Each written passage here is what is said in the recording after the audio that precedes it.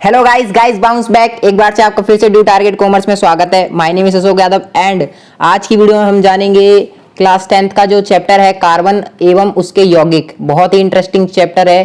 क्या है कार्बन, शब्द कार्बन और उसके यौगिक, यानी कि यहाँ पे दो चीज़ों के बारे में बात करेंगे, कार्बन के बारे में और दूसरा यौगिक के बारे में। आपने जो पिछली क्लासेस थी 9th तक आपने क्या पढ़ा था कि कार्बन आपने पढ़ा था hydrogen, helium, lithium, beryllium, boron, carbon. उसी सीरीज में उसी जो लिस्ट में आपने एक कार्बन भी पढ़ा था, यानी उसको आप सी से देखते थे कि सी को आप कार्बन बोलते थे। और क्या होता था वहां पर आप देखते थे कि कार्बन की जो परमाणु संख्या होती थी वो कितनी होती थी। कार्बन की परमाणु संख्या होती थी 6, यानी कि 6। तो आप इसको कैसे बांटते थे, उनके संयुक्ता कोष में ये होते थे, है ना, ऐसे सेल में उनको बांटते थे। पहले में 2, दूसरे में 8 जाते थे, लेकिन यहाँ पे कितने गए, सिर्फ 4। अब मैं पूछता हूँ यहाँ पे कि इसकी संयोजकता क्या होगी।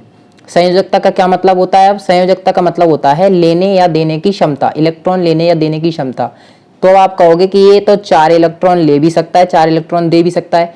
यानी कि हम क्या करते थे वहाँ पे, जो काम आसान होता था, जैसे कि अगर ऑक्सीजन का उदाहरण लें तो ऑक्सीजन में 8 होते हैं, यानी कि 2 और 6।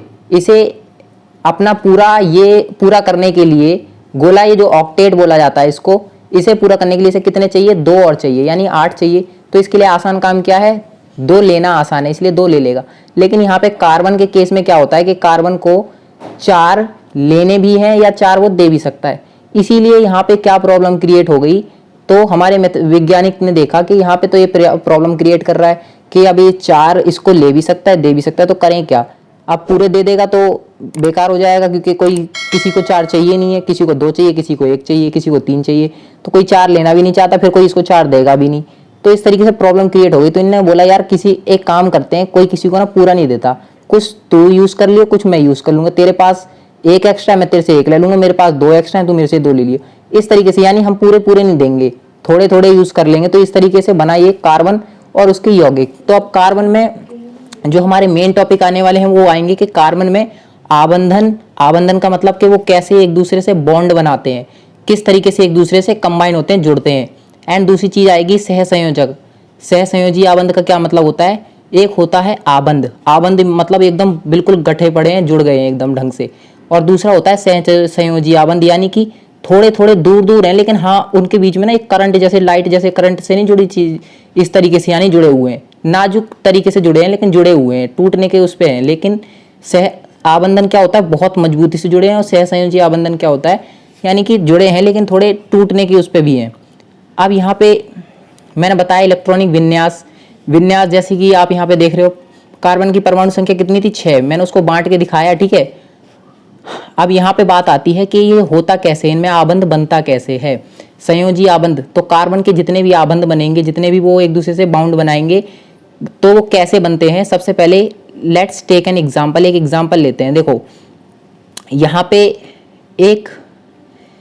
यहाँ पे आपको क्या करना है, सबसे पहले तो सिंपल मैं वो चीज़ बताता हूँ आबंध कैसे बनते हैं।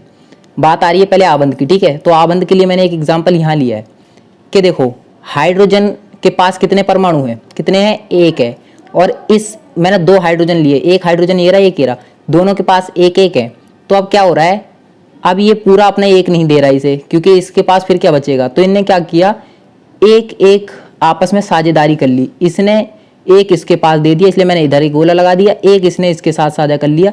तो इन दोनों के बीच में ये देख रहे हो ऐसे एक बॉन्ड बना, यानी बीच में लाइन खींच दी तो बॉन्ड बन गया, यानी H और H। तो ये तो हो गया।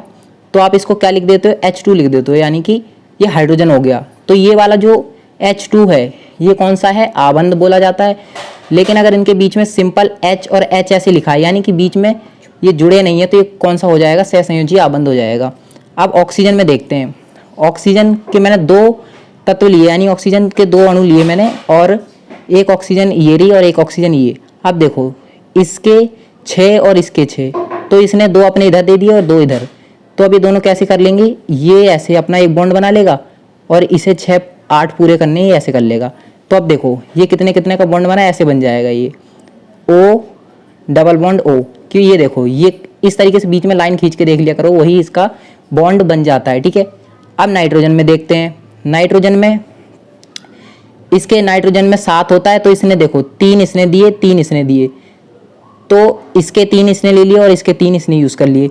तो यहाँ पे इस तरीके से फिर 1 2 3, तो इसका कैसे बनता है नाइट्रोजन का, इसमें ट्रिपल बॉन्ड होता है, नाइट्रोजन में ट्रिपल बॉन्ड होता है इस तरीके से।